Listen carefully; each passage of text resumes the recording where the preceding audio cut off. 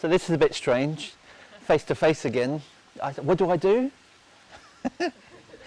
I'm just used to speaking to this camera for the past 2 years. So when you see me at home, if you have been following online, that's the camera that I imagine that you're all behind. So the reason why the camera is here now is that throughout the programme, I appreciate that life happens and sometimes you might not be able to make it. And already today there are a couple of people that can't make the beginning session, unfortunately, because they have other commitments. And I know some of you have already told me that you have other commitments throughout the year. So what I'm going to try and do is record the Qigong part. So then I won't be talking to the camera, but you will be able to literally re-watch the hours of the morning that I'll be teaching the Qigong part, so that if you can't make it, you'll be able to at least catch up in your own time. Okay, so that's why the camera's here, and it's pointing to me, not to you. So unless you pass it, you'll just be in the shot. Give it a wave if you want to say hello, but you're the only ones that are going to be seeing it. Okay. Welcome, and it's so lovely to see you. It really, really is. I've missed you. I have, and I know many of you have been in contact, and some of you more regularly than others. The aim of the here and now is the sunshine. Are you happy to be outside for at least the beginning part of today? I think it would be really nice to make the most of the weather that we've got. If you do start to think, hang on a minute, I feel like I'm cooking a little bit, then tell me, and then if we have to move inside, all the doors are open, and we can get air through as well, but we can do that. But just let me know how you feel, okay? I don't think it's burny weather. I just think we're just going to have some lovely sunshine. And they have forecast that we're going to get some cloud over as well quite soon, so it'll still be warm. And don't forget, we're in a 700-acre nature reserve, so look up, because there are going to be some birds that we won't be seeing above Norwich that fly over here. If there's no fire alarms planned, so if we do hear a fire, if you do hear the fire alarm, then out through any of the doors and go out just basically where you came from in the courtyard.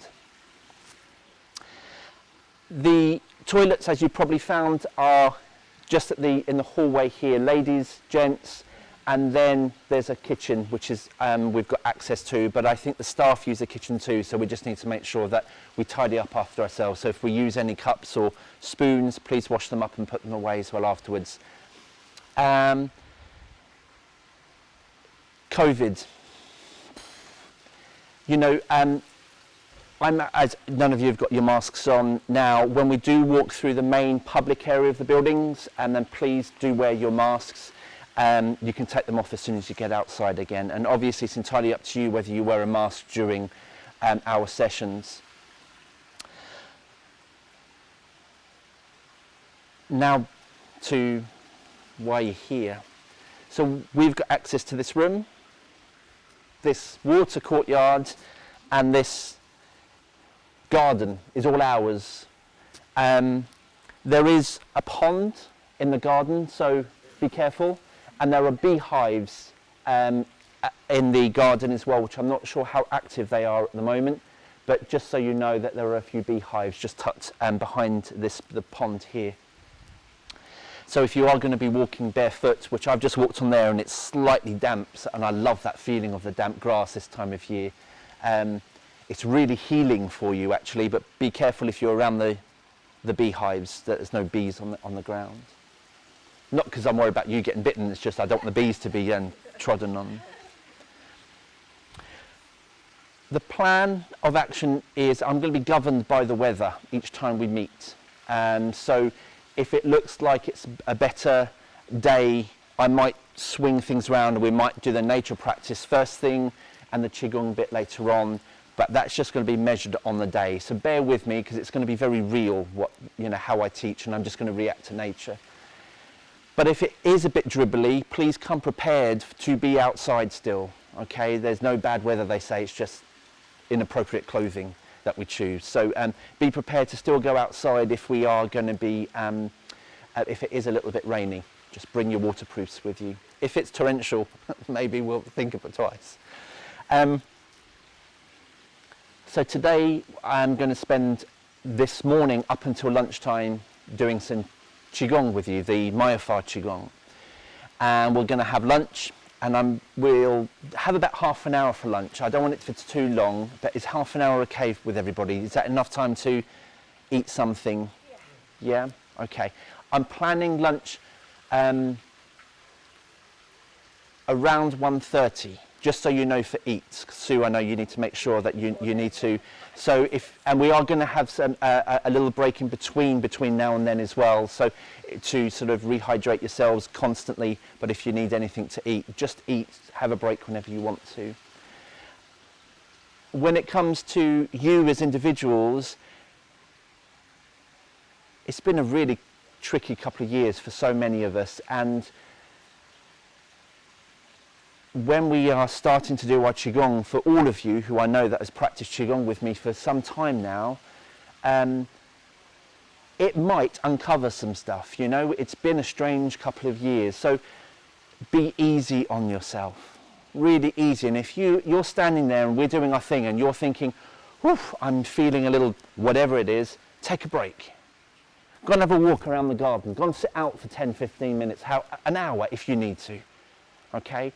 Just don't go home without telling me, okay? Because we aren't in my studio here. We are in a public place where I need to make sure that I know that everyone has left site, because when we finish at 4:30, Penswap actually closes as well. So don't go home without telling me, okay? If you do need to go home, I understand as well.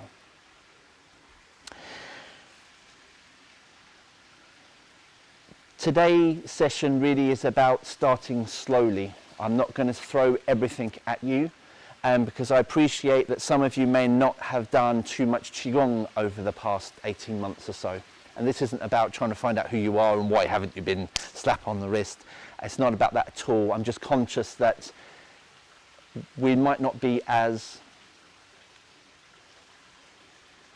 fit as we were physically, because standing for quite a while in Qigong, we might think it's just standing. Actually, if you haven't done it for a while, you're going to find out in your legs. So please, again, you're 70%, shake out and come back into it.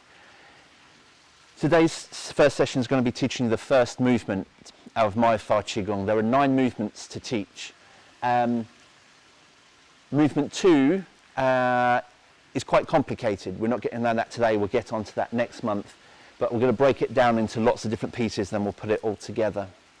Movement 1 is the most crucial. So we're going to spend all this session doing movement 1. The movement might be simple, but what's underlying that movement, I really want to hone in straight away so that you have got that to practice forever. Okay, and you'll find out why as and when we start. Any questions? How do you spell the name of the form? Myofa. Oh, Mayapha. Yeah. Mayapha Qigong is a combination of Qigong, the pink and fluffy stuff, and Dao Yin, which is the leading and guiding exercise, the getting rid of. So it's Mayapha Qigong is really designed for the lives that the majority of us live today. The tensions, the things that we face, the achy backs in front of our screens all the time at the moment, all that type of thing. Mayapha Qigong is going to help you to release all of that, but also to get that spiritual connection and that lovely energetic connection as well. So it's going to encompass everything, rather than 2 or 3 different forms that you want to do a bit of that because this does this for me, that does that for me. Mayapha, I'm hoping, is going to do everything for you.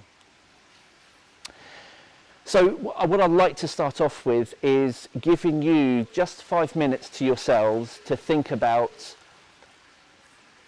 the past 18 months really, how have you been? Yeah? How's it been for you? And one particular challenge that you have had this past 18 months. And it might not be anything to do with the obvious. Chances are it will be, but it might not be. But just think of something that's really challenged you, and also a real positive that you've taken out of this past 18 months. Okay, so I'm going to give you just 5-6 minutes to think about something that's challenged you first, and something that's been really positive second. We're going to finish off on the positive. So 5 minutes, you can sit, you can have a stroll. This place is yours, okay? And through that gate, I forgot to say, 700 acres of nature reserve, which is what we're going to investigate after lunch. 5 minutes just to think. One challenge, one positive. You might have many, but choose one that really sticks out.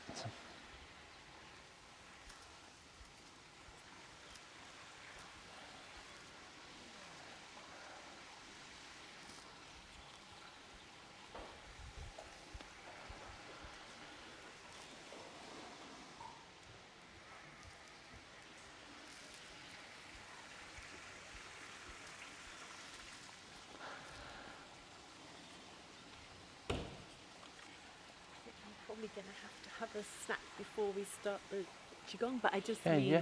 I've got little biscuity things. Yeah, with yeah, absolutely. me. Just do whatever you need to do. So what time do you think you'll start the qigong? I'll make tea, Um, have a little snack. I could either do it now or wait until. We're going to do this. We're going to share what we've. So I would imagine Anytime. in the next 20 minutes, I would reckon. So, Yeah. So it's probably better to do it now rather than when we're ready to start. Sure. the qigong. Okay. Yeah. Okay. Yeah. I'll Yeah. just have it with me while. Perfect. No problem, Sue.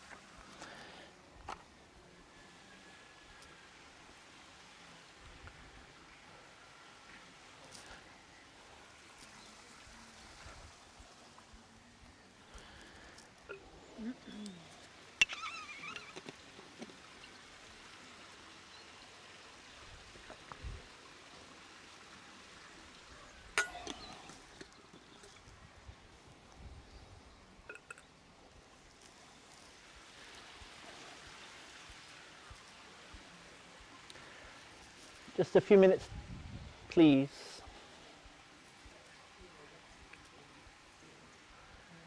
Couple of minutes.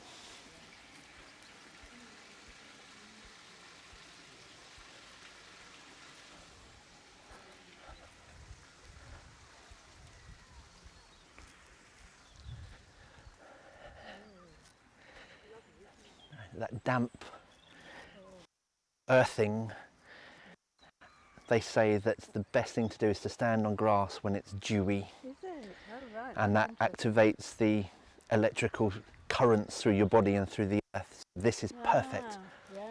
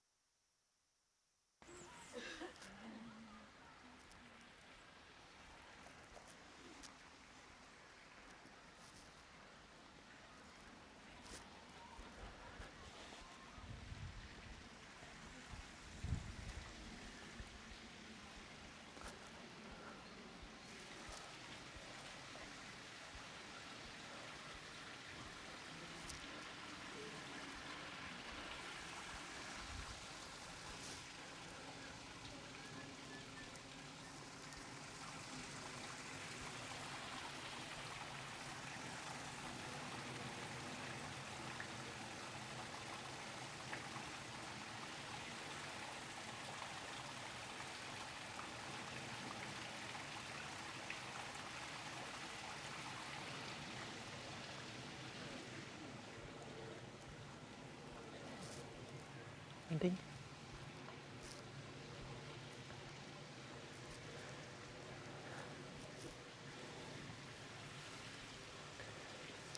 Good, we'll just wait for Floyd and... Yes, well, in a bit. I said, did you want a coffee? Oh, in a minute, yeah. Thanks.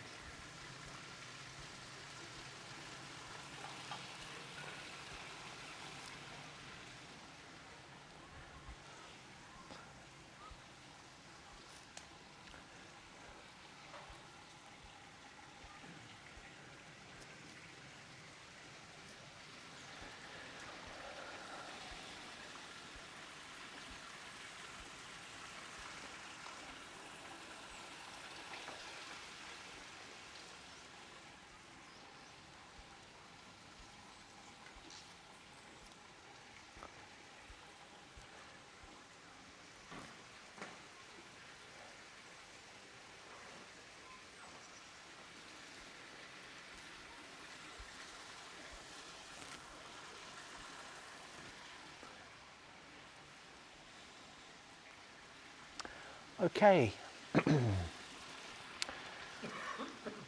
Who'd like to go first? Bearing in mind we've got running water behind Fiona. So speak up so everyone can hear you. We'll soon find out if anyone needs the toilet more often than usual actually with this running water.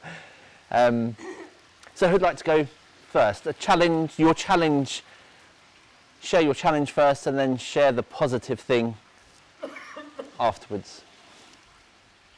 I don't mind. Okay, Floyd, thank you. What do you want first? Your challenge, please.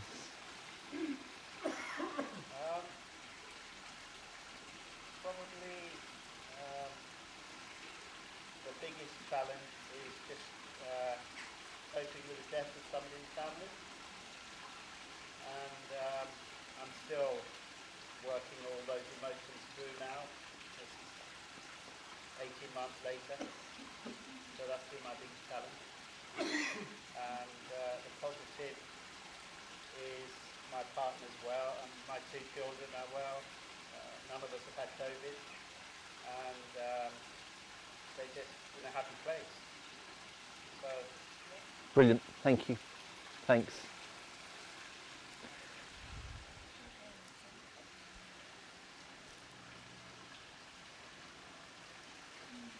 Yeah, it's we lost someone that we knew as well right at the beginning of the pandemic and to COVID, and it was almost a bit weird to get the news, wasn't it? It was like, no, really?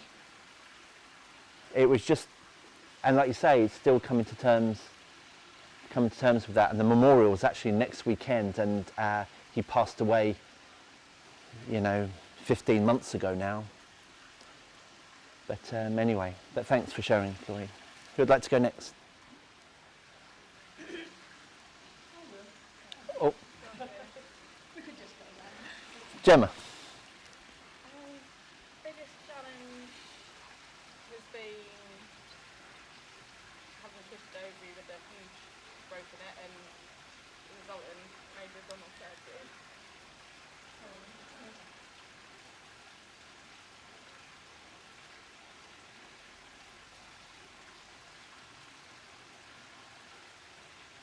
Positive, I don't know, hopefully the kids are just being more of a team than we were before. Yeah, that's a good thing to remember, isn't it?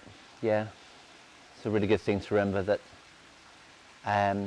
If you didn't hear what Gemma said, Gemma had to go in for urgent emergency surgery through the pandemic. She's got through it and she's here, so well done, Gemma.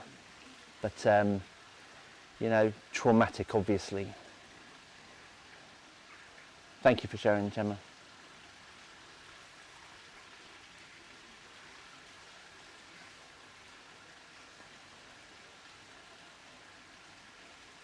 Hannah? Well, I think as we go round, we're going to have some very big issues that we faced. Yeah. I think we last had our meeting in February 2020, didn't we? And in June 2020, my mum passed away following dementia, and that was very, very, very hard. So that was like that. You know, the last 2 years have been very, very hard. And because I was caring for her Yeah. during and before the period, and it was very hard because in COVID she was in a residential care home and it's been going reasonably well, and I've been visiting her for about 5 hours every week, 4.5 hours, 5 hours, and she had lots of activities, and given the situation was working reasonably well, although it was always very tenuous. When COVID happened, the residential care home locked down, and my mother took to her bed and felt everyone had betrayed her. Mm. Where were her family? And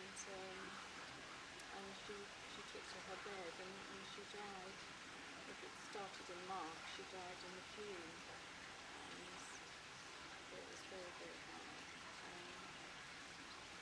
So that was that, and I think, you know, the stories are going to come out when other people in that situation over the next few years about the Yeah. experiences of what happened, especially for people with dementia, and how it's affected them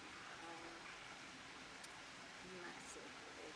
And yeah, in terms of, I mean, there's just a huge amount around that. In terms of the positives,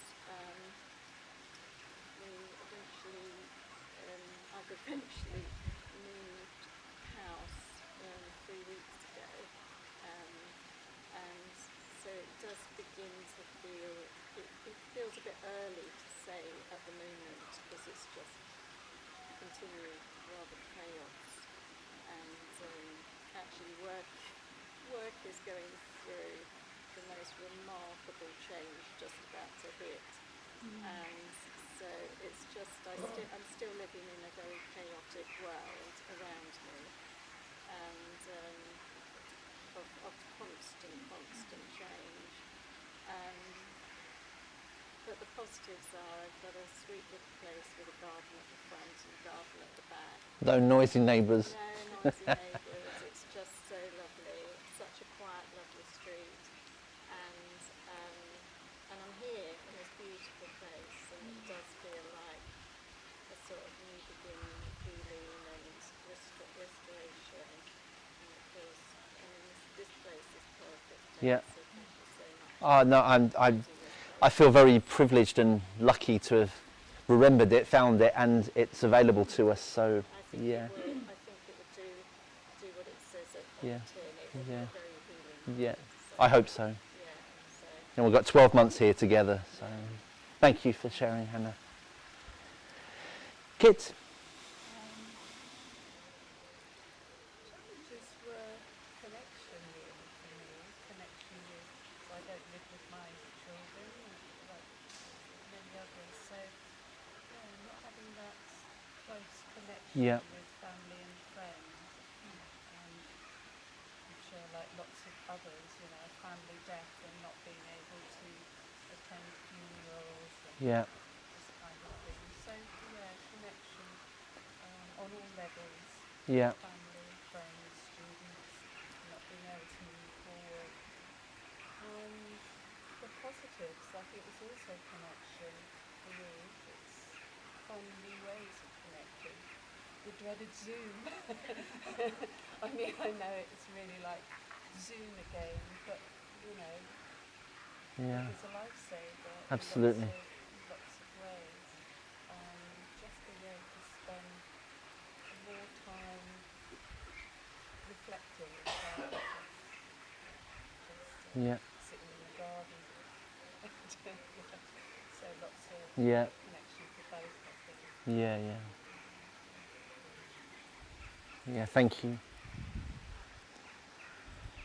Sure. You're looking at me. I am. I suppose similarly to Kit, what you were just saying about kind of connection, not seeing people. Yeah. That long period where I didn't see my grandchildren, I didn't see any of my students, and you just get into this like every day is the same. You know, what shall I do with myself? In Groundhog Day. I suppose I could go to the shop. Oh, what a great trip out. Yeah. But once over lockdown, my daughter had another baby, so now I have a grandson who's 3 months old. Got 3 grandchildren. So yeah, so it's all very lovely and very nice. So there we are. Thanks, Joe. And congratulations, Granny. Again. Or Grandma, or whatever you call yourself. Nice one. It's a bit like that TV show. It's 16 kids and counting.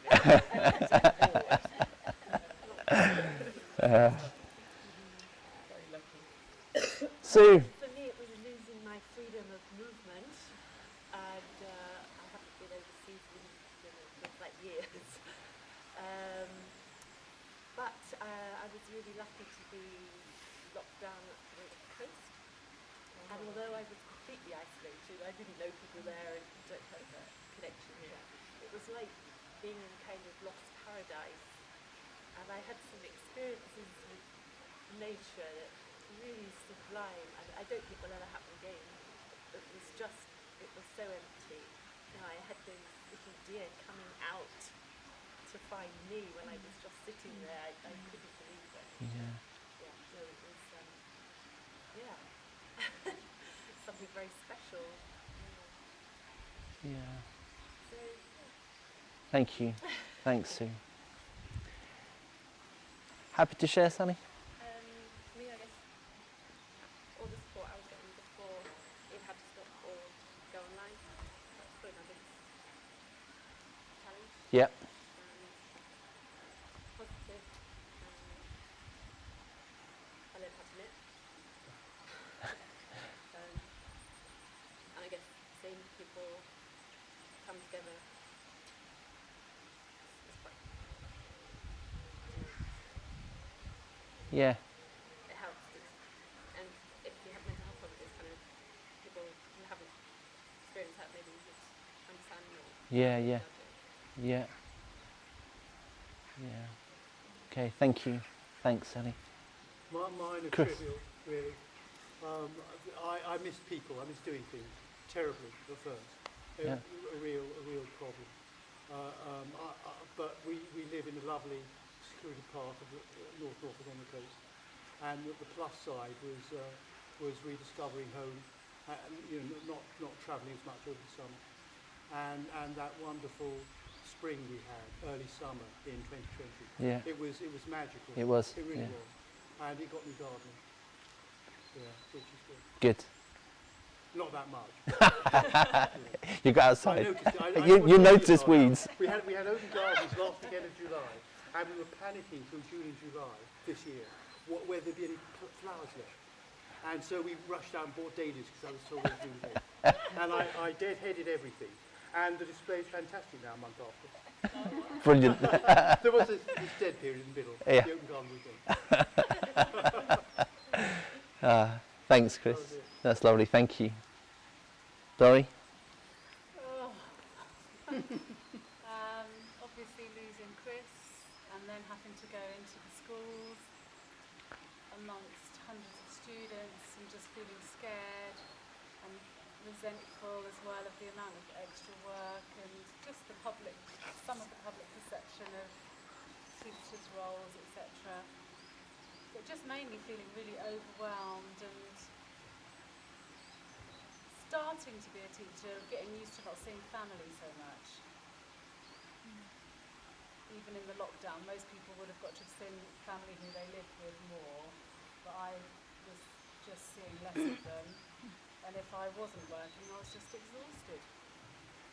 So there was no meaningful connection with my family who I lived with. So that was like my little sulk. I suppose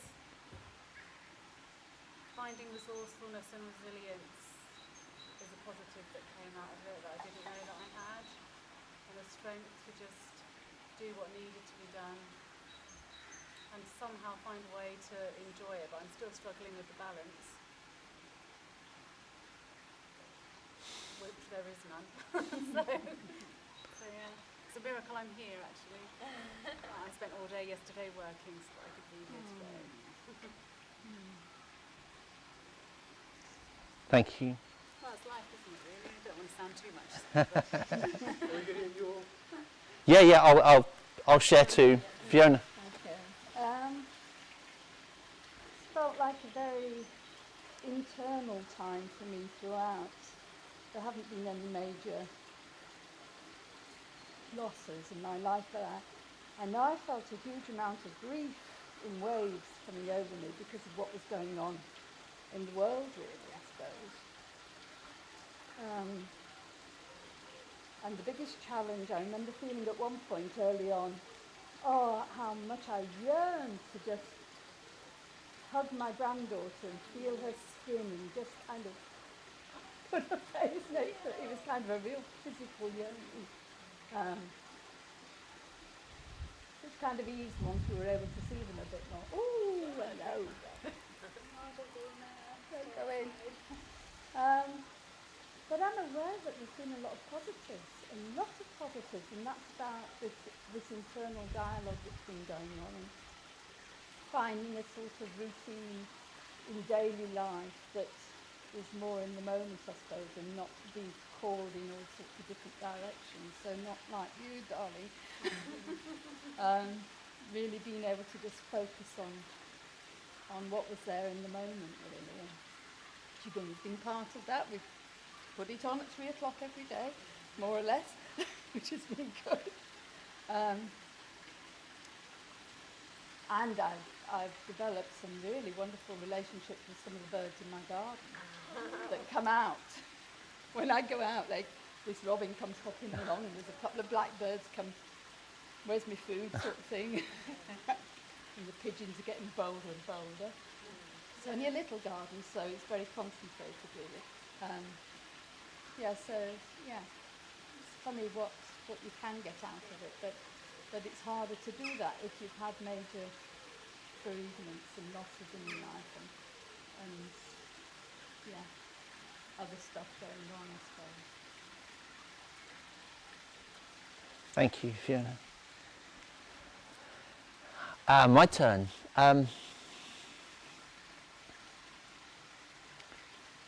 So as Laurie said, and as I mentioned earlier on, we lost a friend, which seems just surreal.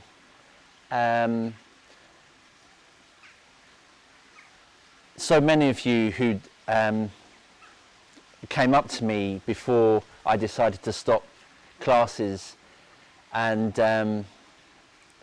said, I can't believe how regularly busy you are now. This brilliant. We've been, part of your class for so many years, and you've seen when it's been 2 of us in the room, literally, to 32. And that's the beginning of 2020. Laurie and I just said, actually, I think this is going to be the first time in 10 years that actually I'm not going to worry about finances through class.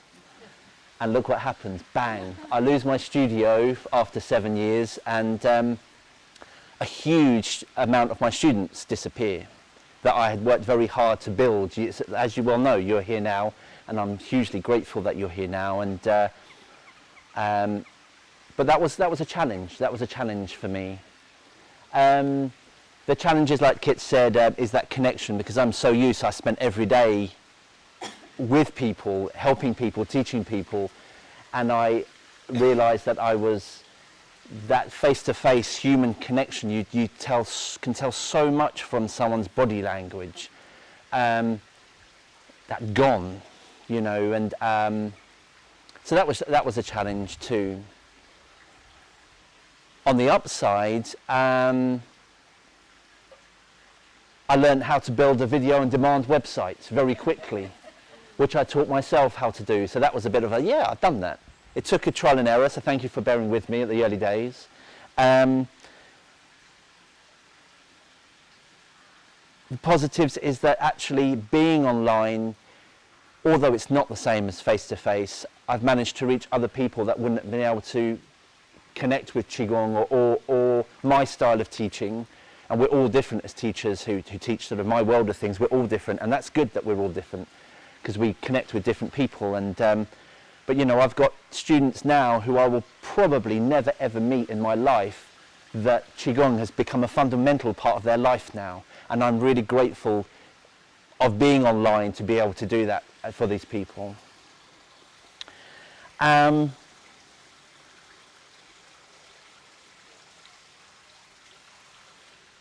think amongst many other positives actually, and I would say there's probably more positives than there are negatives, for me, one that sticks out is,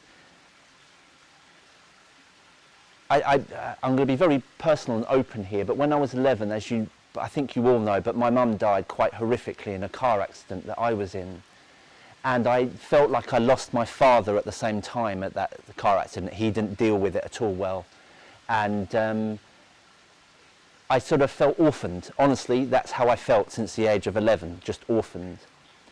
And I've not really known my dad since then. I'm 45 now. It's a long time. And yeah, don't get me wrong, I've seen him, we've spoken, but actually it's been really superficial. It's been nothing, not father-son type of stuff. But this whole period of being in lockdown, I contacted him one day when the rugby was on. And I said, would you like to watch rugby with me? And he said, what are you talking about? I said, well, I'll stick you on WhatsApp video. You can watch it your end, I'll watch it my end, and at least we're sort of sitting there together watching rugby. And that was brilliant for 5 minutes until we realised that I was celebrating the try before he was, because my TV footage was about 30 seconds ahead of him. So I'm doing yes, and he's going, what? Oh, no, ah! So that was quite funny. But after we got over that, actually probably 2 or 3 times a week over this whole pandemic I've been speaking to him, which is the most I have done since I was 11. And we have rebuilt this sort of relationship. So much so that he's now moving to Norfolk from France. Nice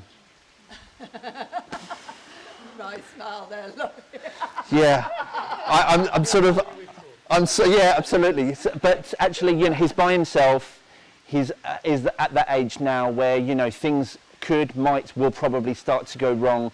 He needs family around him, and actually, he's right in the south of France. So actually, it'll be really difficult to manage his health and his aging down there, so he's going to come and move to Norfolk by all accounts. So yeah, you know, that's been a positive, and I could actually reel all the other positives out as well, but you know, we're going to get on with the day. So the reason why I ask that is to actually own what we're going through and what we've been through, because actually it's huge for all of us, and it makes us realise what other people have also been through, and to be considerate and compassionate. And for some it's still very, very hard. Jane can't be here. She was on the original self-cultivation. She hasn't, because of her needs, she can't be here, which is, you know, which is a shame. Yeah, Jenny, and because of her, you know, I know with Jane, because of her health requirements, she couldn't see her husband for, I don't know how long, but it was over 12 months, I think, she didn't see her husband apart from through a glass door. Because he worked in a school and he had to continue, like Laurie worked in the school, so he didn't know what he was bringing home, definitely couldn't cross, you know, it was, so it's been huge. And the stuff that we go through in life sticks to us physically, not just up here. This is what we're talking about at the moment, but physically it attaches itself to us. And also physically, you know, as we've said through Zoom, yes, it's been a positive thing, and to own the company Zoom now, wow, they're laughing, aren't they? But, you know, we've been sitting a lot more. And that's not good for us either. So rather than sitting anymore now, let's stand, get yourselves nice and comfortable, and I'll take you through the next stage to start to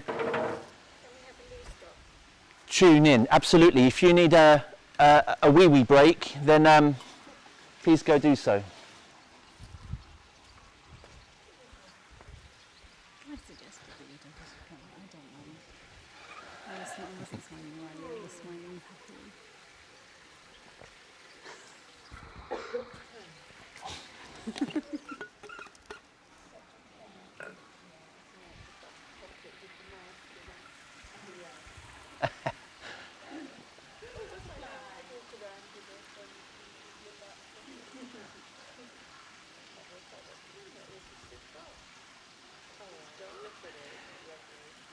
How they must be so patient, because how they get anywhere when there's a little bit of wind. Yeah, then I need to pray. Absolutely. Where was I going? So they've either got a very short-term memory that they don't worry about where they were going and just take life as it comes. Oh, to be a butterfly. Vast distances. Sorry? Travel vast distances. Huge. And they manage to land on little stamens, so it looks fairly random. Yeah. But they're very accurate. It's stunning, isn't it? Yeah. Stunning. Weird.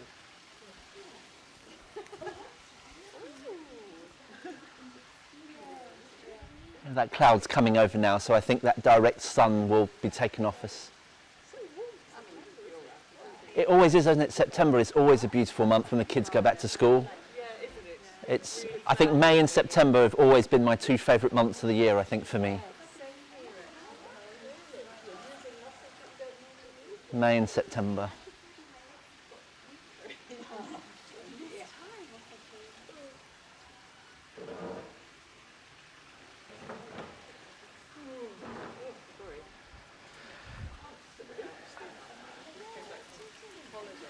One of the other positives to share is that, as you know, we look after a campsite every year in the summer, and this year we raised over £21,000 in 28 days for the community. Yeah. So that was just a real bonus as well. Okay, so this is the first part. This is movement 1, but I'm breaking it down to its bare essentials. And I know some of you have been, and I'm grateful to have been sort of learning with me and from me for over a decade now. Forget what you know. Okay, forget what you know, because I want to be able to come at this with beginner's eyes. Your muscle memory, and of course you're not going to forget everything, but I just want you to open up your mind to hear and to receive what I'm asking you to do. Hear. Especially now, everything we've just shared, and we've shared some really heartfelt stories, and sometimes we can get lost with ourselves up in here. Everything that we've been through, everything we will go through in life. So I would want to focus today, and from here on in, I would love you to focus and invite you to bring your awareness to what we call the lower dantian. Okay, so please just pop your hand on it whilst I'm talking. And when I say on it, it is an energetic, spiritual place deep in your belly. And if you want to be precise, it's 3 fingers below your navel. So let's be precise. 3 fingers, get your navel just below your belly button, and pop your palms just at that space. I remember doing this quite a few years ago, and someone was up here, and I said, unless your belly button's right up here, and I thought, actually, it might well be, I don't know. But anyway, no, it wasn't up there. So just place your hand just deep on your belly, and it's about bringing awareness to your lower dantian. Okay, and awareness is different to your intention. It's bringing your mind, and you've heard me say very often, sink your mind into your body, sink your mind into your lower dantian.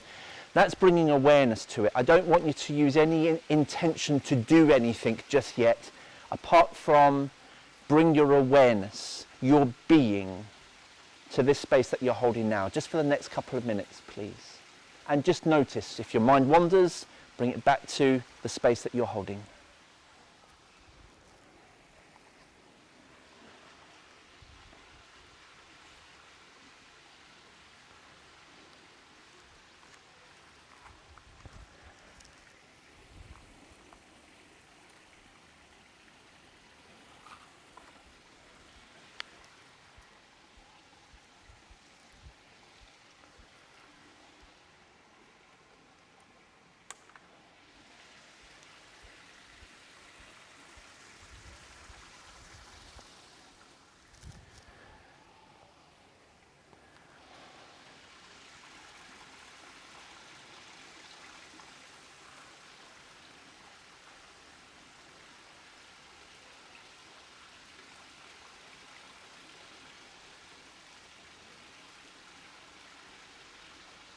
Okay, that's lovely. I'd just like to notice, did you have your eyes open or closed? I know, I've been looking around, you know. And sometimes it changes. I don't know about you, but when I do my practice, sometimes I've got my eyes open, sometimes I've got my eyes closed. Does that happen with you? Do you notice? Think back to a time where you stood there. Do the opposite now, and that's an invitation. Some of you might feel very awkward to have your eyes open or closed, but if you can, just for a couple of moments, I would like you to do the opposite now. So bring your awareness to your lower dantian, but if you had your eyes closed just now, have them open, and if you had your eyes open, have them closed. It's an invitation. If it's too uncomfortable for you, then just stand with your awareness on your lower dantian.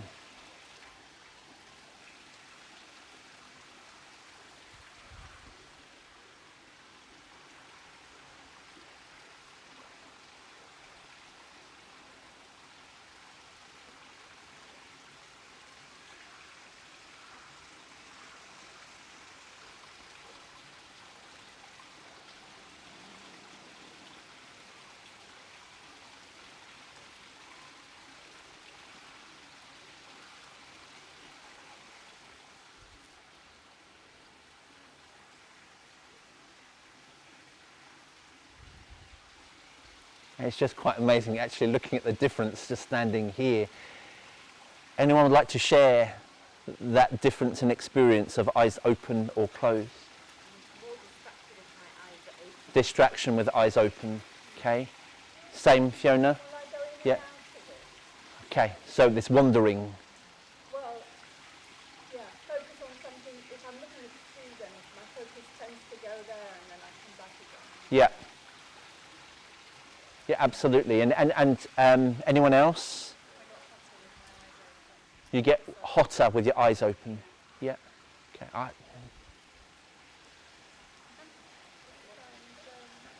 Get. With my eyes closed, I felt movement. When Sorry, I didn't hear that. when my eyes were closed, I felt movement. With my eyes open, it was stillness. Okay, so movement with eyes closed, stillness, eyes open. Anyone else? So. Visualise your dantian with your eyes closed. So it's easier to visualize. Yeah. Go down into your belly with your eyes closed. Yeah. Good.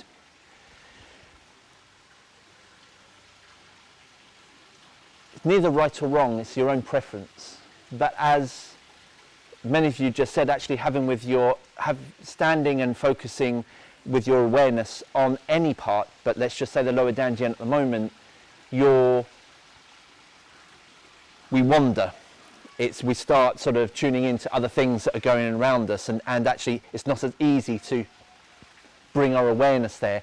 And for some people, it might be because actually it might not be a comfortable place to have your eyes closed, because all of a sudden stuff starts to churn up when we have our eyes closed, so we have them open. But if we have them open, our minds wander, so we need to find that balance. If you are somebody that prefers your eyes open, my invitation is that you have them very, very slightly open. And we're going to practice this now together. So around 6 to 10 feet in front of you. So let's say about here for all of you, sort of, without moving your head down. What we want to do is just close our eyes first and then immediately start to open them until you can just start to make out the ground. Okay, so it's a really hazy gaze that we're looking for. Almost like that you're looking down the length of your nose. Don't go boss-eyed, don't cross your eyes, but it's sort of that angle that you're looking at. So, and try not to crunch up or scrunch up your eyes, relax the eyes, but they're open. It's a soft, hazy gaze, peripheral vision. So don't let the image of the squares of the ground be your focal point. Just let that come to you rather than you go to it.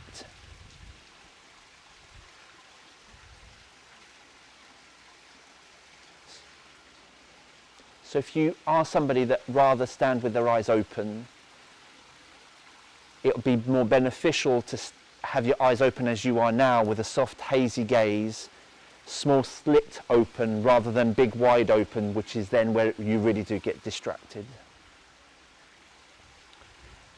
See my eyebrows, I'm getting distracted. Okay. Please have a shakeout. It's been a while perhaps since Wu Chi was well, you stood in Wu Chi.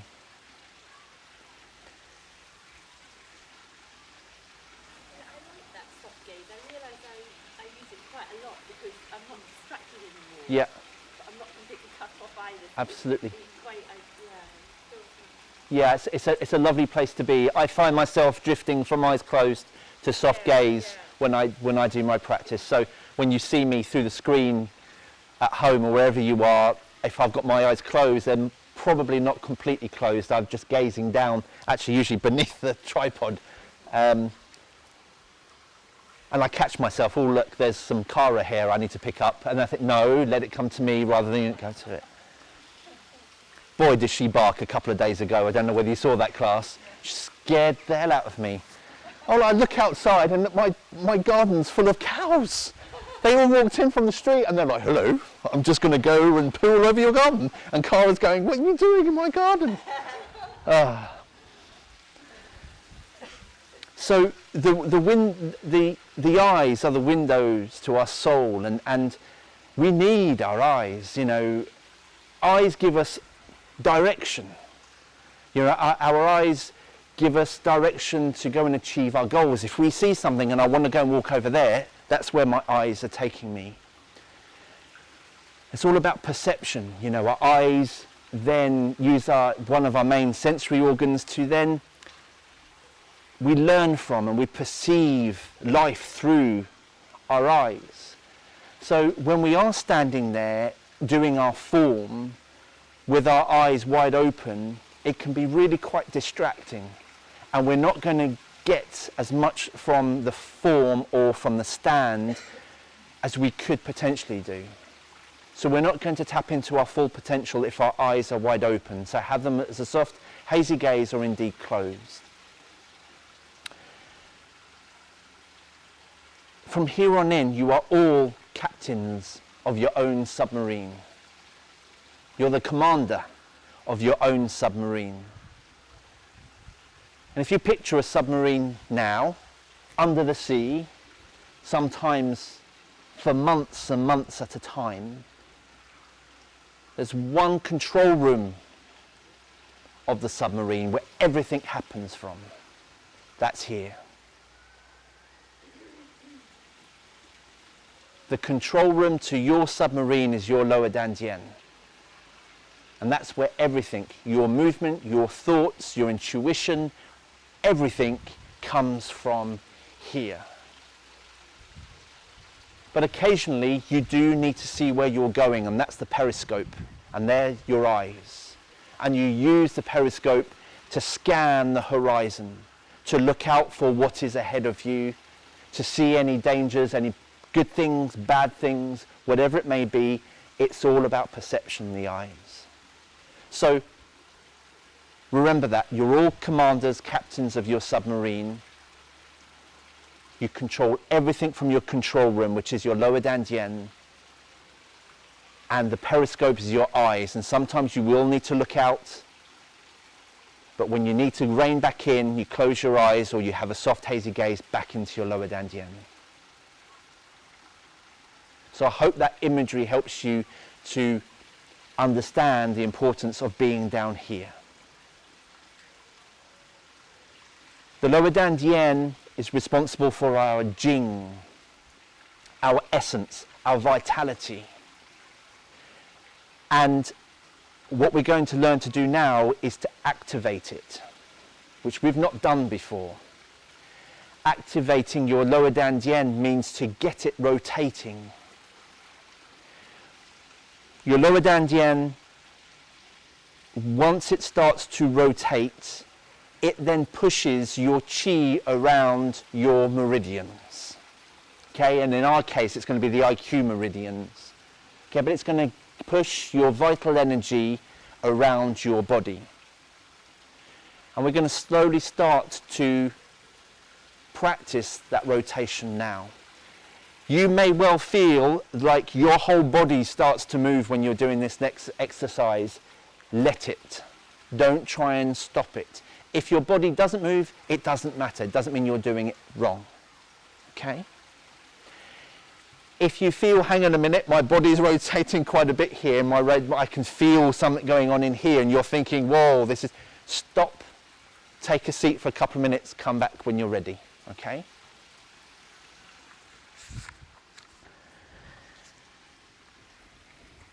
So, Wu Qi. Let's just refresh ourselves what Wu Qi means. Wu Qi means limitless, boundless, or endless, or all of those things. So Wu Qi isn't just a stance, it's how to be when you're standing in this position, and that is limitless, with a connection to everything. And when I mean a connection to everything, I'm talking about the three treasures. Earth, the heavens, the skies, essentially, everything above us, and yourself, to make that connection between heaven and earth. The three treasures.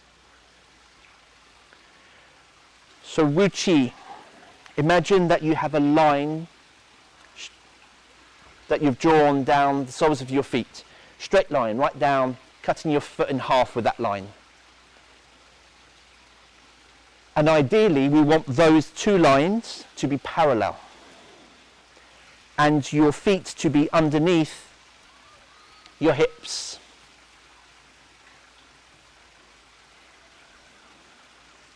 Parallel lines, feet underneath your hips. Okay.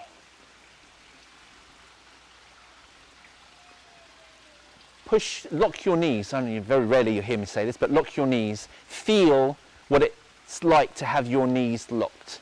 Notice the tension in your thighs, notice the tension in the back of your knees. We want to get rid of that tension.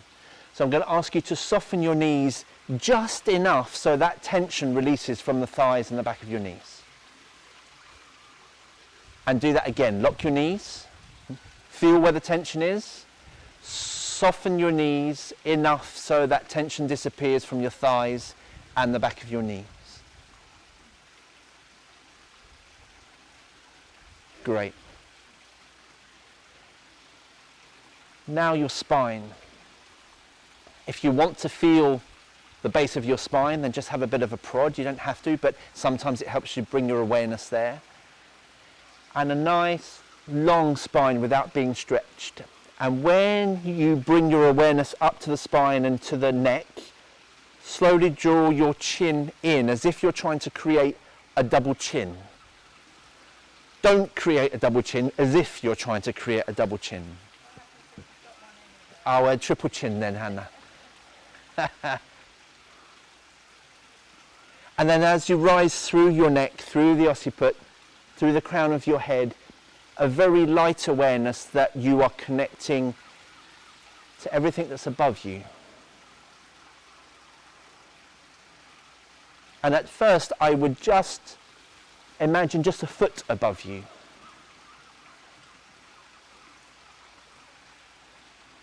And it's entirely up to you how high above you go, depending on how comfortable you are.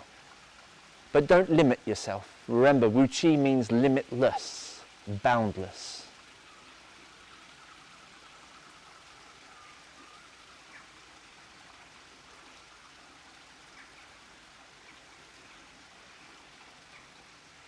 Relax your buttocks and your lower back. So no clenched buttocks. And release the tension that we so often hold in our lower back.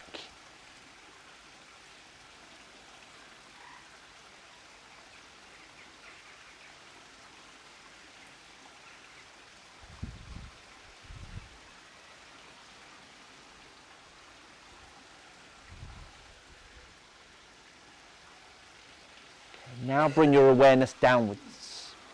Down, down, down into the earth.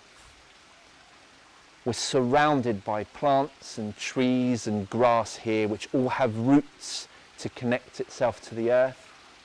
Grow your own roots.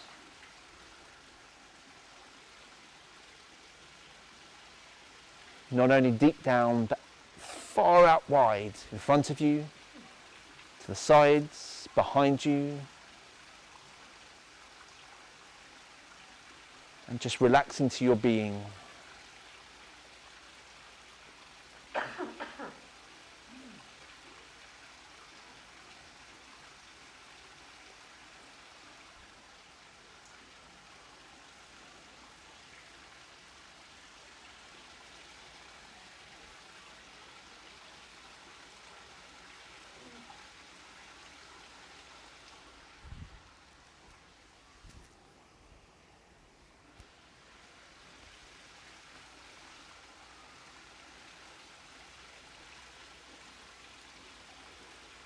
Good.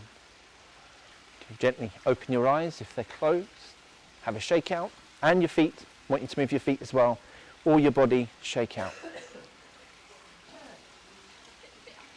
Are you getting warm? Okay.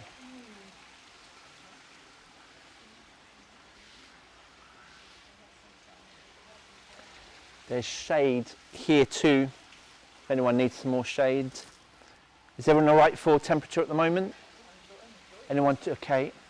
Just again, so there's shade there if anyone needs any shade. What's it doing behind there? Is there any shade? I think it would change and it would get more. It might be a little bit more shade. Yes. So there's up there too.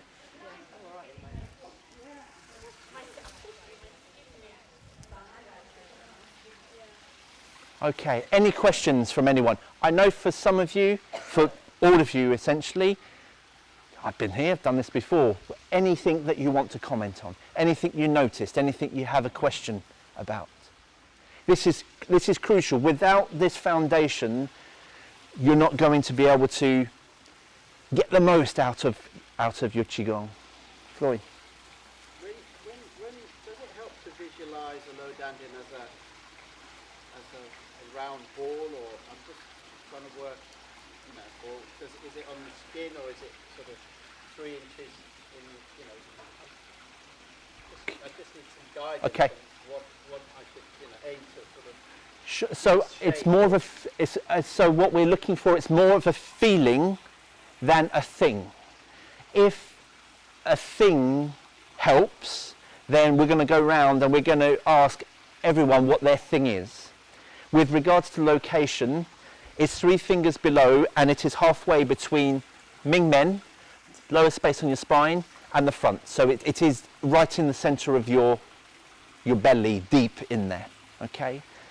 So I'm going to start off with my thing.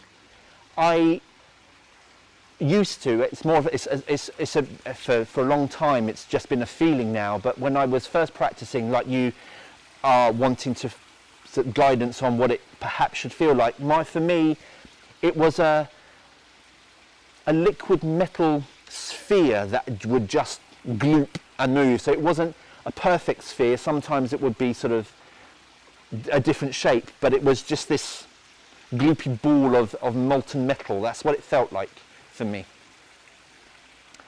Anyone else want to add to what? It's like air, almost like a sort of. That's wind. Like a bucketball shape, but not as put, you know, but rounded on the end. Feel like like an air pocket, a space Okay. sort of.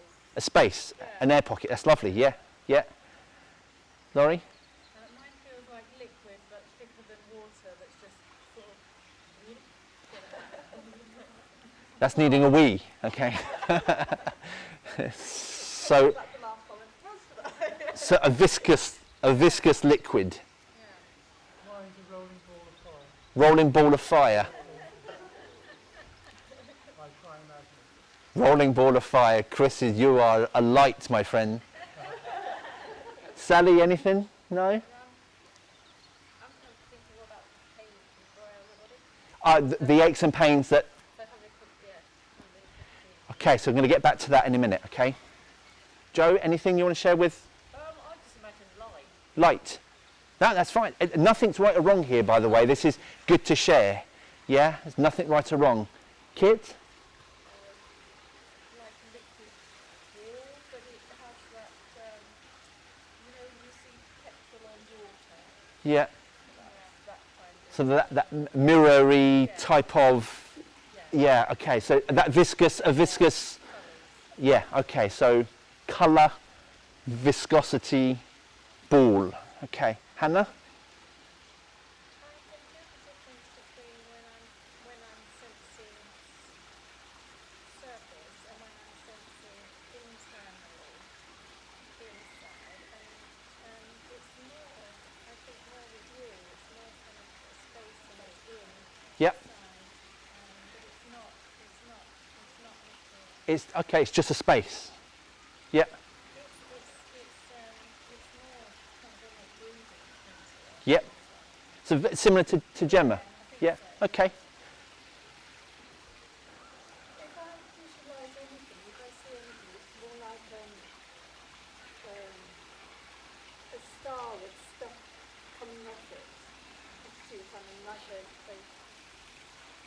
don't mean like a starlight. Yeah. I mean like what you get up in the pulpit. Yeah. Yeah. Okay. So a star with leaving its Yeah, emanating. emanating. Yeah. Yeah. Going in all sorts of, not just in one direction, but in rowing, Everywhere. yeah. If I see anything, often I just Yeah. tend to go straight into, my body seems to move around. Okay. We're going to get onto that too. Yeah. Sue? I don't much visualise, but I feel a kind of depth, kind of deepness, but not a visual. Okay. So a depth. Feeling of depth Okay. Rather than rather than a visual thing. brilliant. So I can't visualise anything, it's just what it feels like. yeah. Are you supposed to be visualising that? No, not at all. Oh. Not at all. So And for me, it's how the rest of my body changes when I'm connecting in there. okay. Yeah. Yeah. It's My body, I can feel it in my body, it's more centred. brilliant. So the center. Essentially, your lower dantian is your center. Okay. It is your control center. That's what I would like you to remember. It is your center. When things get out of kilter in life, no matter where you are, go to your center. Go to your control center. Not up in here. Sink this here. Bang. Down in here. Ground yourself again. Then come back into the world. It doesn't take long. Take moments. So we've got a couple of things. Pain. So when we are standing still, what can often happen is all of those aches and pains that we ignore so often are going rah, rah, rah, rah, and they come screaming at you. Shake it out. Don't stand there waiting for them to go. Just shake it out wherever you, and then just settle back in. When they come again, just shake it out and bring yourself back to here rather than focusing on wherever those aches and pains might be. Bring them back in here. We'll get on to the breathing side of things for your aches and pains another time. That's not for now, but I will go through that, which will help release and dissolve aches and pains.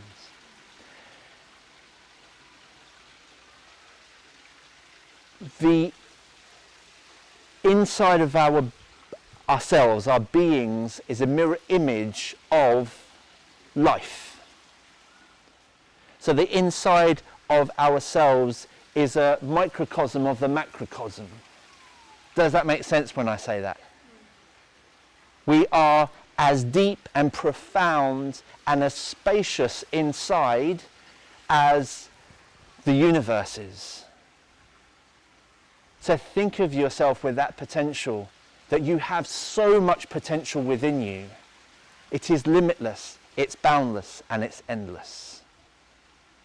You aren't just this physical form that you see here, this container that goes through life, and that's it when whatever age it happens to be, our time is up.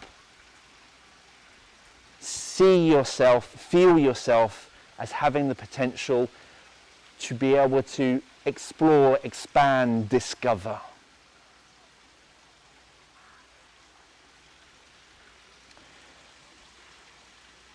I'll set the seed now that if it helps to think about something as your lower dantian, please do so. Try not to affix yourself with that, and slowly, when you can, sense it, feel it as a space rather than something. Okay? Back into Wu Chi, please. So check your feet, parallel. Make your connections to the three treasures. San Jiao, the three treasures, which are earth, heavens, you, that connects both, the conductor, the conduit.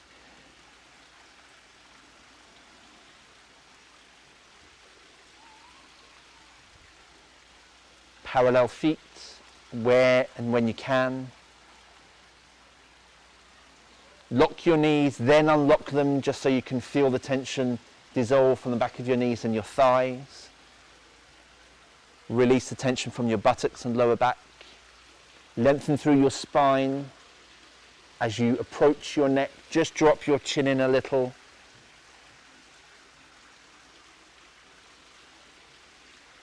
Is everyone happy for me to make any adjustments should I need to make adjustments to you? If anyone isn't happy and they'd rather not, then just give me a wave.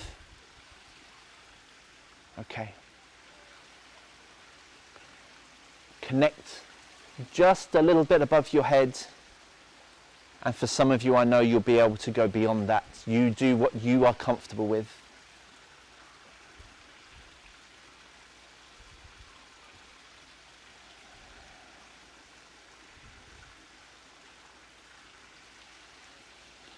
So while standing there nice and comfortable in Wu Chi, we just need to open up the body. So we'll ask you just to open your eyes for a moment, just to look at me. Don't lose your structure of your posture. So with your palms facing behind you, keeping your hands there, turn your palms out and feel your arm turn until it gets to your shoulder nest, the space in your shoulder. Feel that open. So just encourage the chest to open a little.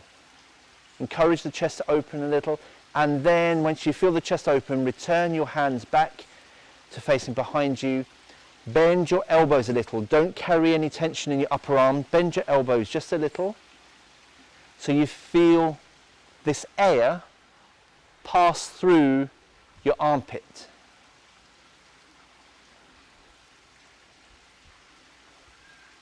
But you should feel comfortable. You don't want to be holding tension and holding your arms up with your shoulders.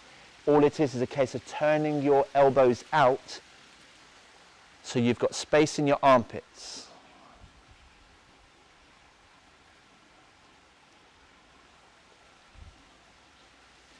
And once you're happy with the open chest, you can just leave your hands in that position. Chest open.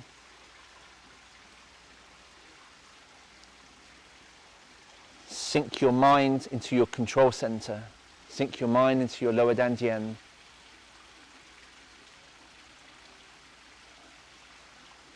Notice the up periscope.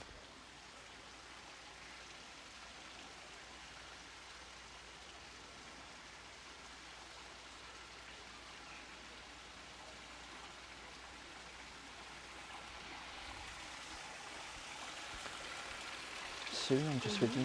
Just going to turn your elbow out.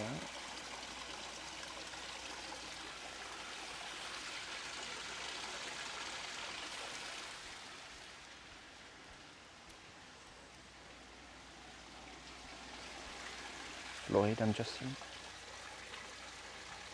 There you go. Good. Hannah, I'm just here.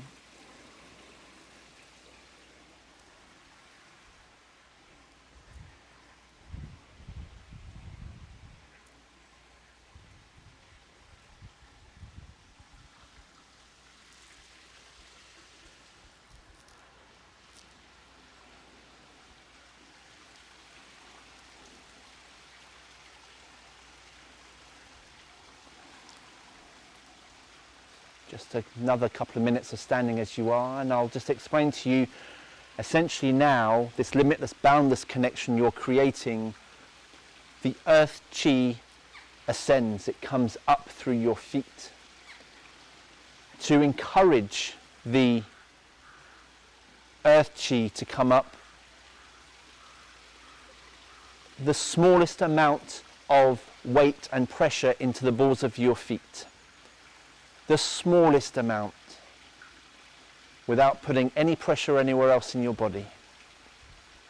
So if you can transfer just a little bit of weight and pressure into the balls of your feet. Yong Xuan, that's going to help to encourage the earth chi to rise through your body.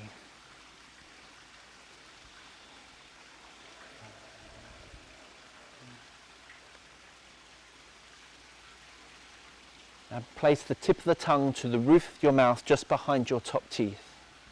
Just let it rest there. I know it's a peculiar thing, it's an awkward thing, it's one that first goes, but that creates a vital connection which we'll get on later on today.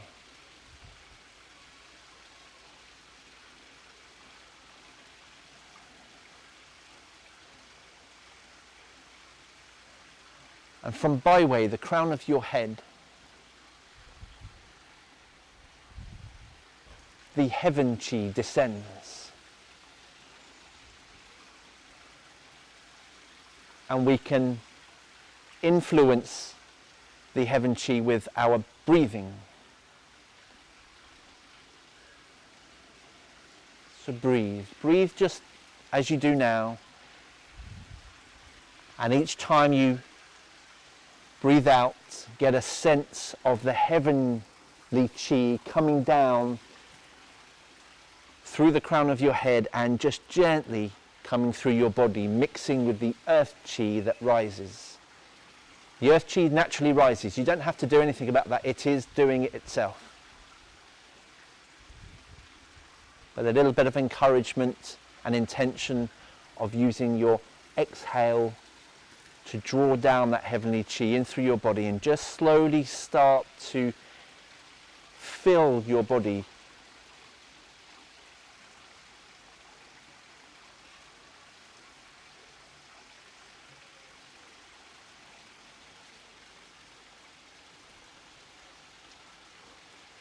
And don't get caught in your head. Go down to your dantian.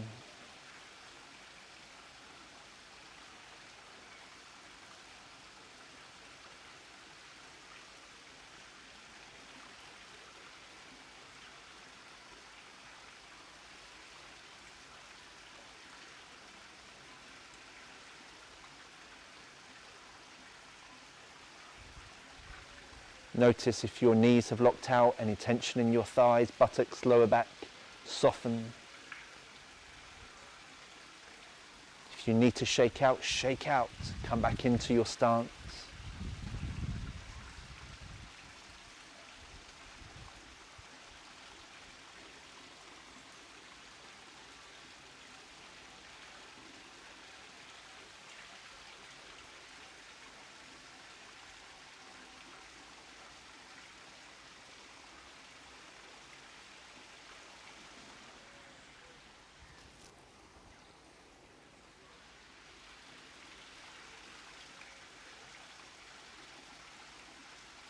Wonderful. Okay, slowly open your eyes, wriggle your fingers, slowly just move your body.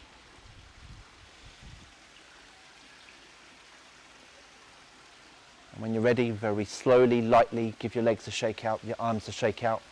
Just take a little stroll round, take a sip of water if you need to.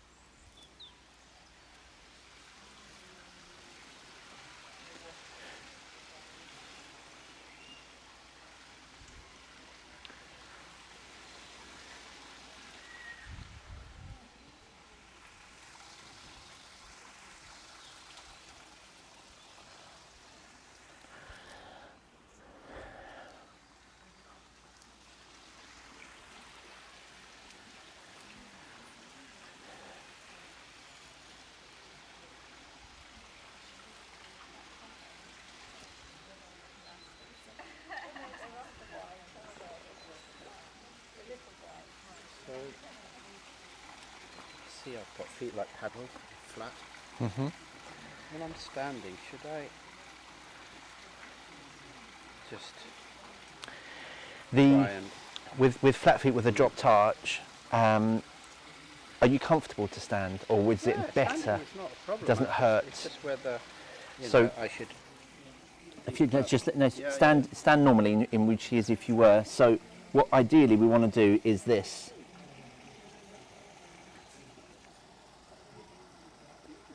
Okay, you feel that little space being created here? Okay, so it's a case of trying to do what I do, but do that yourself. Try and turn your ankles out. That turns your feet out. That's already looking much better. But you might find that you start to get a little bit of pressure here. So just let that go. Okay, I wouldn't worry about it too much as long as you are comfortable with it. Some people it's so uncomfortable they put shoes on, it's not. and that's fine. Playing football. Yeah. Feel it. Oh yeah. I used to be the same, believe it or not. Now look at mine. I had to have completely flat feet. That when I got out the bath, you put a wet footprint. There was no space where it was just full of foot. Yeah. I was going to go and see a podiatrist and get some supports or some insoles or something. I would. It's changed me. I used to wear them for years, and that was when I was much younger. But it changed my whole body really. Yeah. Aches and pains and lower back. We rely on these things, don't we, so much. It's worth it. You can do that, or you can actually get your own. There's so many things online now and people that will help that you can call up and get your own insoles. Okay.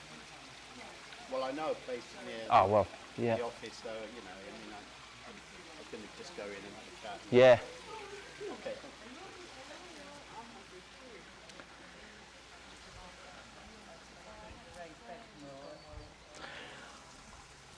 Okay, ladies and gents, I would like you just to pick up a leaf off the ground, please. Just leaf, it doesn't matter what it looks like. Don't choose the best one, just anyone that's close to you.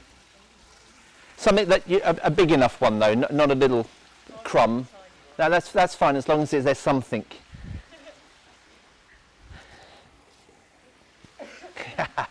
Doesn't matter how much we do it, we all will choose one that, no, I want that one.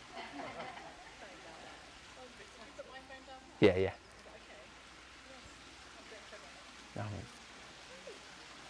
Okay. So, first of all, to activate the Dantian, and I want you to do this really slowly, okay? And feel comfortable with it. We will stand in Wu Qi in a moment. Again, I'm just giving you regular breaks. As the months go on, we'll stand longer and longer.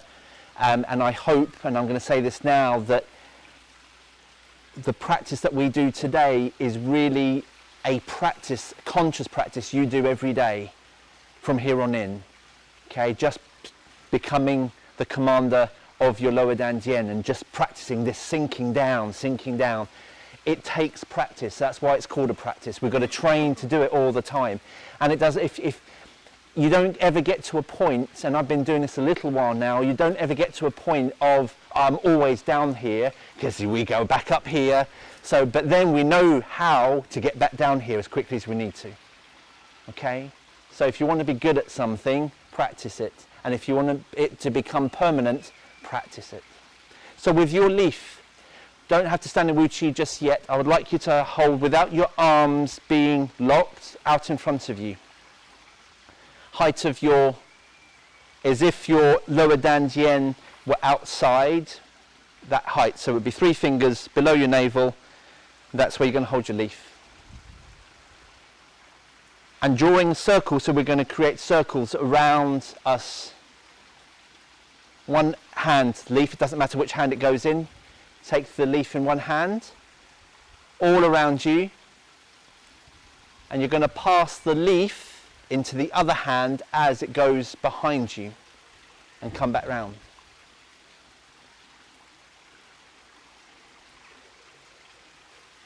And let the leaf orbit your lower Dantian.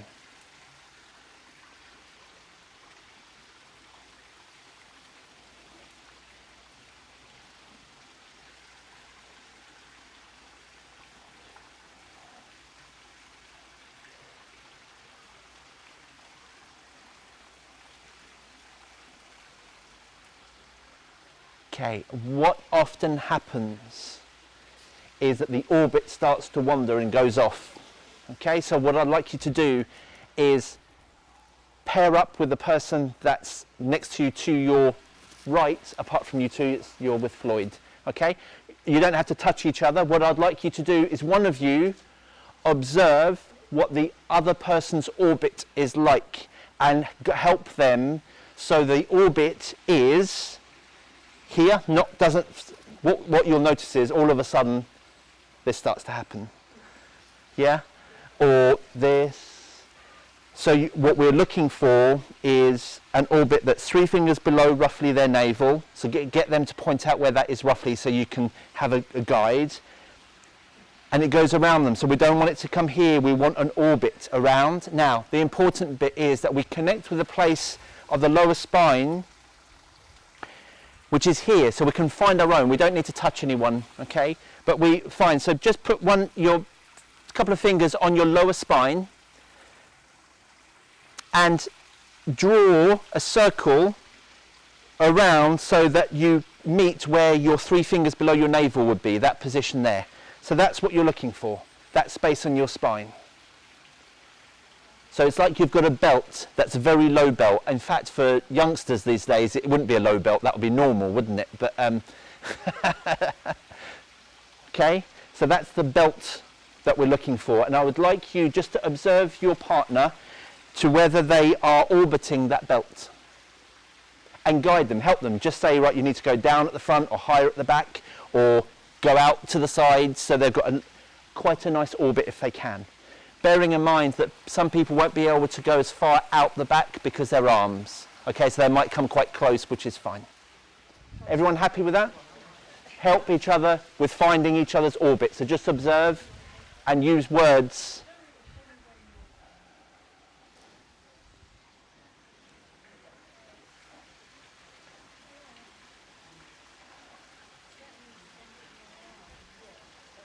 Remember, don't have to go out too far in front of you if your orbit starts to go off on a tangent.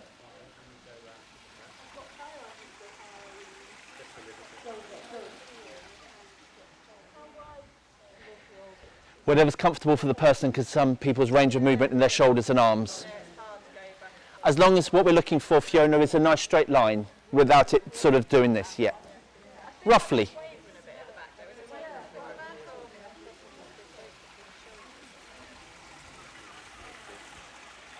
So what we're looking for is just a straight line, essentially, a nice orbit without it going up in here and down here. Okay, pause there, Sue. Pause there, don't move your hands apart from bring them to your belly and see where they end up. Is that right? Perfect. Okay, you can swap now, that's good.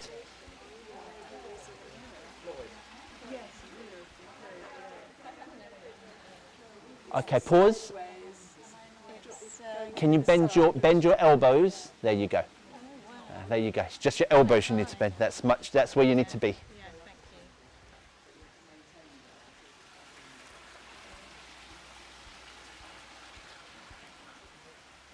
Bend elbows. I was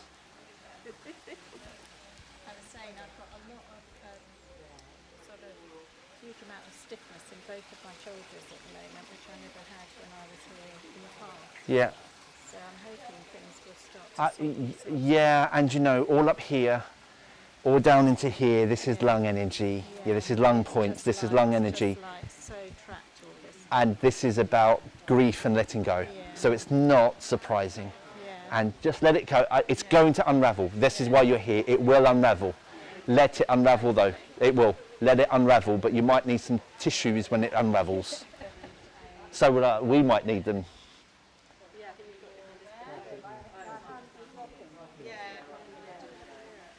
Okay, good, good. Yeah, what you might be noticing is the point at the back. Make sure that it's, so you can always ask your partner to stop when at the back and just to bring the leaf into their spine just to see where it is. Get your whole body into it. Okay, pause there, Fee. It feels so much more comfortable if I don't know. Is it wrong to bend your knees? so long as your orbit is I was dropping at the side, Karen. okay. Yeah. Yeah. And here, yeah, no, that's fine now. That's good. Yeah, you bent your elbows a little bit. So you'll want to get Ming Men, the point at the back.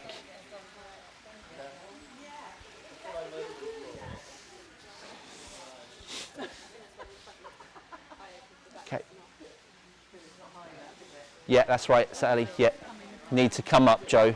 I know. Yeah, because we tend to go drift down here. We just want to bring awareness to the back. So if you want to do that, that's it, exactly. Rub the...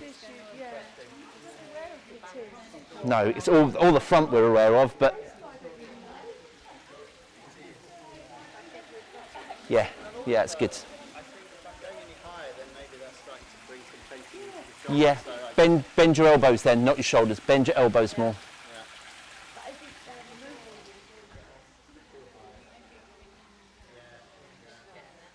So the important points we're looking for are the front, 3 fingers below navel, and Ming Men, the same point, but actually on your spine at the back.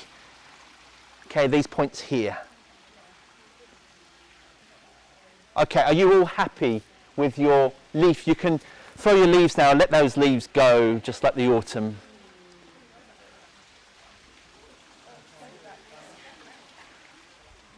Okay, so I invite you to stand back into Wu Chi, please. So speaking a little louder when I go round, I would like you to speak out an instruction on Wu Chi. Doesn't matter in any order, I'm not worried about the order, just an instruction as I call your name out about Wu Chi, what you're doing in Wu Chi now. All the instructions I've just given this past half hour, 45 minutes, okay? And I'd like you to follow that person's instruction. Just check in to make sure that you have done it. So, Sue, first instruction. Knees off lock. Knees off lock. Floyd. Arms facing behind. Arms behind. Hannah. Feet directed down, parallel. Parallel feet.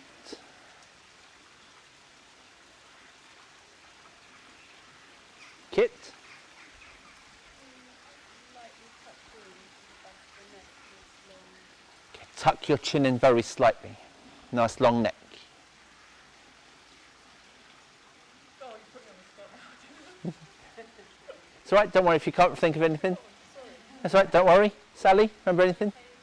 Okay, your arms. Open up your chest, just check in with your hands. Turn your hands out, replace them back. Elbows bent, space in the armpits. Chris? Tip of the tongue to the roof of your mouth, just behind your top teeth. Laurie? Allow the lower back to sink down, open the lower back. So release the tension from your lower back. Press those ball of the feet. Apply just a little bit of pressure into the balls of your feet, Yong Xuan. Feet. Connecting 3 treasures. Connect your 3 treasures.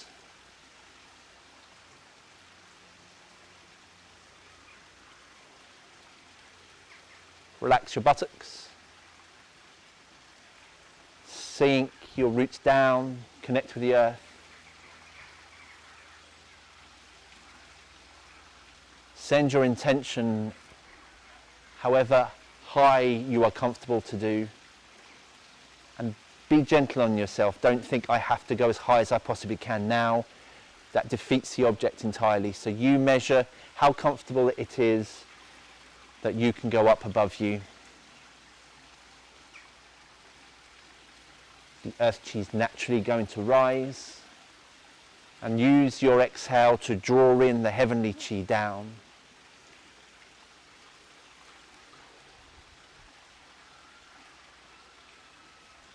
Now we're going to go into the rotating the lower dantian practice. Just like you did with the leaf, using your mind, I'd like you to picture, imagine, visualize, feel your lower dantian doing what the leaf was doing. rotating around you. One direction. Don't change the direction. Doesn't matter which direction you do it in, just stick to that direction. And just visualize this orbiting lower dantian, whether it is a ball of light, viscous liquid, metal, a star, whatever it may be, visualize it just rotating around you, just as you did with the leaf in your partner practice.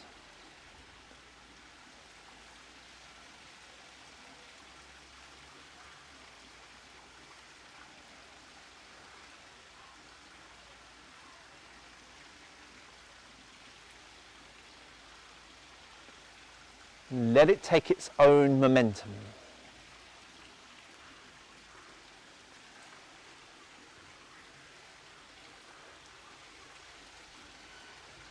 Soften your body so perhaps your body may well flow with that momentum. Don't try and stop it if it does. But don't try and force it.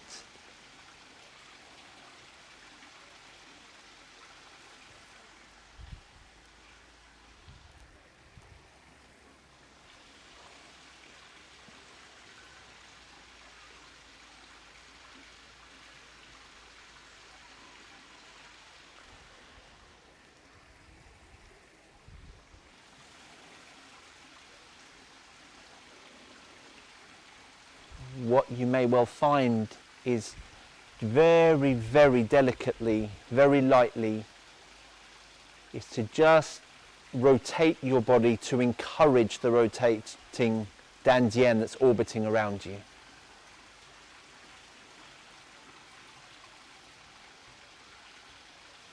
Keep your mind on the rotating dantian.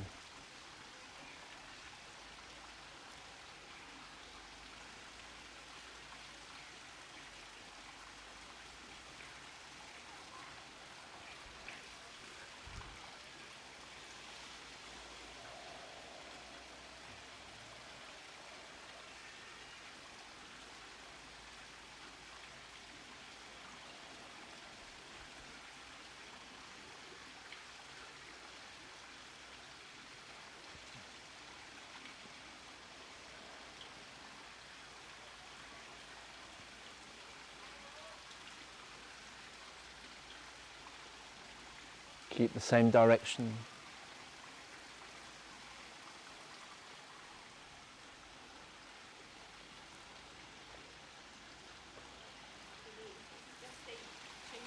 No, keep the same direction. Yeah, that's fine. That's what yeah, don't change direction, keep going the same way.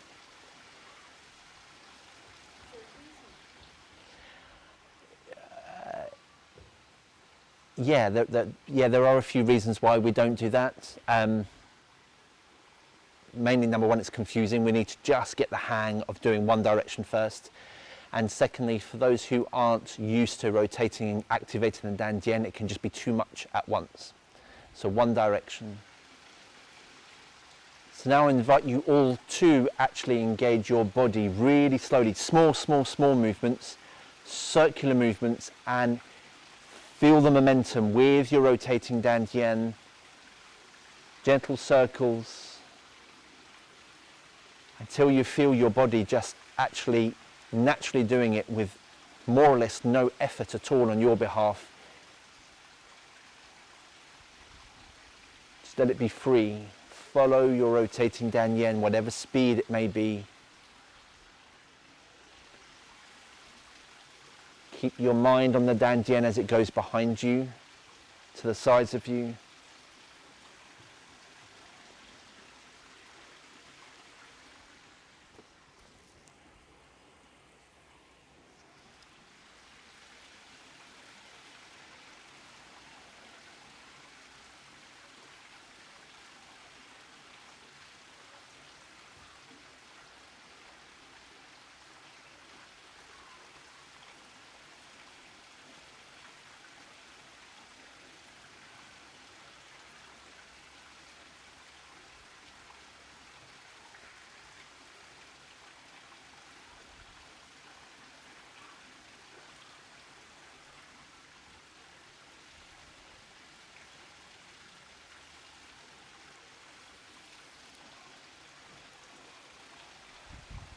Now increase the size of your orbit if you are happy to. If not, stick to where you are. If you're happy to increase the size of your orbit, then please do. Basically means your Dandian is just further away from you. The orbit is bigger, a bigger circle.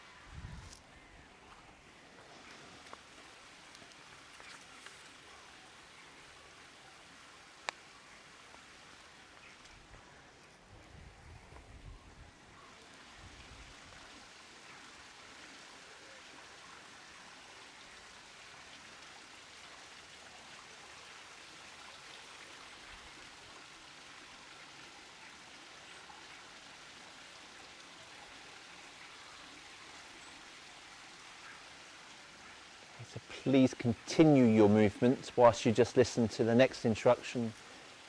And this is really important, that when you do come to stop what you're doing now, you always slowly reduce the size of your orbit until you come back into your actual Dandian itself. So your orbit gets smaller, smaller, smaller until you come back inside yourself. Okay, so don't ever stop whilst you're doing the big orbits. Always return yourself back so it gets smaller, smaller, smaller still, which is what I invite you to do now. Keep it smaller. Now hovering literally just around the surface of your body. Slowly bring your awareness into the actual physical space of your lower Dandian, deep in your belly, 3 fingers below your navel, halfway between the front and your back. Keep your Dandian rotating inside of you. If your body still moves, that's fine, but your awareness is inside of you now, not outside.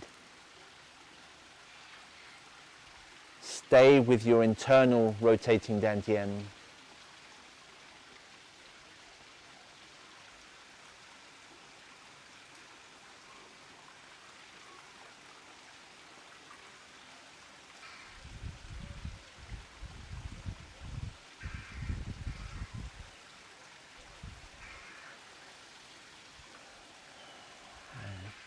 Gently, gently. Soft, hazy gaze, open your eyes.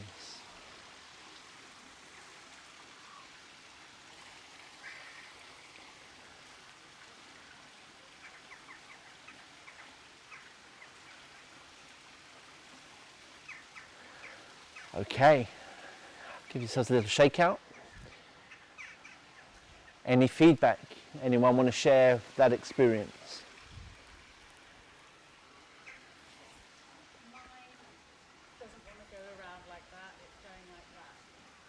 Okay, so. And then if I try to make it go like that, I'm just making it, I'm just thinking it, not feeling it. Okay, so it's not as natural. Naturally it wants to do a forward rotation rather than a horizontal, okay?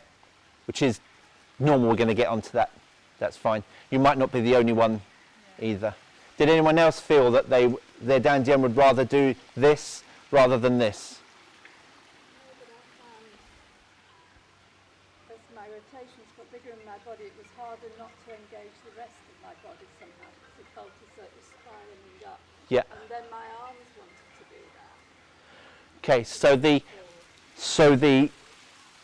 the momentum of the spiral starts to really spiral the rest of your body, and that's normal. So don't stop that, let it happen.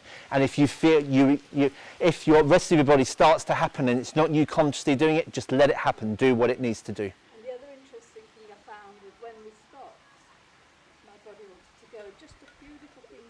Did it? Yeah, just to try and that's normal. And if it does, so what happens there when we're doing this rotation, because actually that happens with me as well, you're doing this and you're just getting this space inside of you start to do its own thing, then all of a sudden when you want it to stop, otherwise you just feel like, whoa, hang on, this is never going to stop. You end up, actually if I do this way, it starts to come to a, you know, not a halt, but you sort of this balance. Yeah. Anyone else got anything to add? Why was it always, why is it clockwise for you? I mean, So why not do it another direction? why is it always wanted to go clockwise? I think that's just a natural habit of ours, whatever we find, whatever direction. So there's no right or wrong with which direction you do. The reason why we're only doing one direction at the moment is that we're dealing with something really intrinsic to our energy body. And when we really do connect with this space deep in the lower Dantian, that the Dantian, we're just going to go at it gently rather than confusing issues. And sometimes it can just be too much for people to do all different directions. So it doesn't matter that you go the other way? No, not at this stage at all. In time, it will go in all directions. Yeah. Do you think, my sense is that it would feel very different if you chose to go left, because in a lot of thought, going right is the kind of the yang way, Yeah. and going left is the yin, Yin way, yeah. so it might feel quite different if you chose to go that way. So, it will feel very different. And actually, and I think naturally, without even thinking about it, we will just take the natural way that we are comfortable to do individually. And that's all we're after at the moment. You went anti. Yeah, and that's fine. I think naturally, as Fiona just said, we will be drawn to what we feel it wants to do. We just let it do that. We don't ask any questions, just let it do what it wants to do. It's intuition here. Okay, anyone else got anything to add to? Just following on with that, Yeah. is it the northern hemisphere where the water goes more clockwise and then southern clockwise? I'm not sure, actually. I'm just wondering, Is there? Yes, there is, but I can never remember which way round it is. But it does, say if we were in Australia, maybe it's all going out. Maybe we will. Maybe we would. So what you're saying is I need to emigrate then? I felt quite sticky when I started. Sticky, Yeah. as in, And I could feel it was here, yeah, this side. It was just like, it was getting stuck in its rotation. Yeah, and that's good. That's a good awareness that actually, is it smooth, the rotation? Was your rotation smooth or was it sticky? Yeah. Then, okay. that's what I was finding on this side. It felt really very nice and smooth and centred. And as it was coming to this side, it was really Okay. round in a sense. It felt like this was a lot. Yeah. So actually, you're going to, you will all perceive once you tune into this, is it smooth all the way around, or is this a stickiness, or is it stuck part of the way around? And that will change if you did that now, or you did that this evening, or you do it tomorrow. You might find actually it changes. So don't presume it's always going to get stuck in the same place. It's in that moment that you just work with it, and just as Gemma said, eventually you end up, and Kit said actually, it starts off like that, and as soon as you continue doing it, it's almost like you're releasing that stickiness, and it starts to become smoother and smoother. Okay? That's good. Yeah, no, it's good. Any other comments on that practice? For me, it feels quite heavy now, just there. Yeah, I've just discovered something. good. So that's awareness. Exactly that. That this constant work which we have to spend this time doing it, brings this awareness of something heavy now. You know, there's this space. Oh, what is that? It feels like there's something there. And it's only through practice like this are you going to create that awareness to there being something. Okay, and that's the important thing, because then you're always conscious of it. Okay, you're always then conscious of your command center, your lower Dantian. Still rotating? Yeah. Did anyone feel wooey when they were doing that? A little bit sick? No? I say that because very often that happens. So if you do start to feel a bit wooey when you're doing this at home, It's normal, okay? It's really normal, but that's when you start to really get this big orbit going on, and after 10 minutes of doing this, you start thinking, whoa, hang on a minute, I better slow down. Slow it down, but don't stop abruptly. Slow it down and do exactly as you did, and it doesn't have to take long to bring it all the way back into yourself, okay? So your awareness goes from outside to inside, okay? Good. So we're going to stop for a little break now, and then when we come back we're going to continue. We're going to continue with this awareness, and we're going to start to put some movement in as well. Okay, well, physical arm movement. All right. So 20 minutes enough to get a cuppa on, or do you need a bit longer?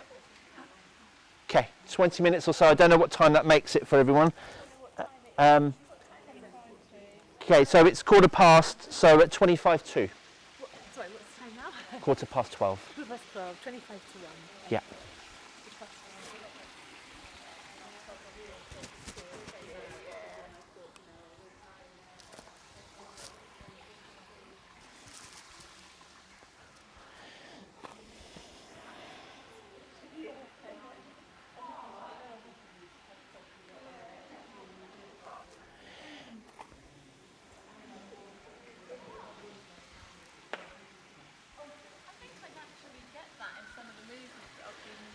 Yeah, natural. When it comes, but I do get that sort of The natural sway, and yeah, that will come, and we've got to go with that.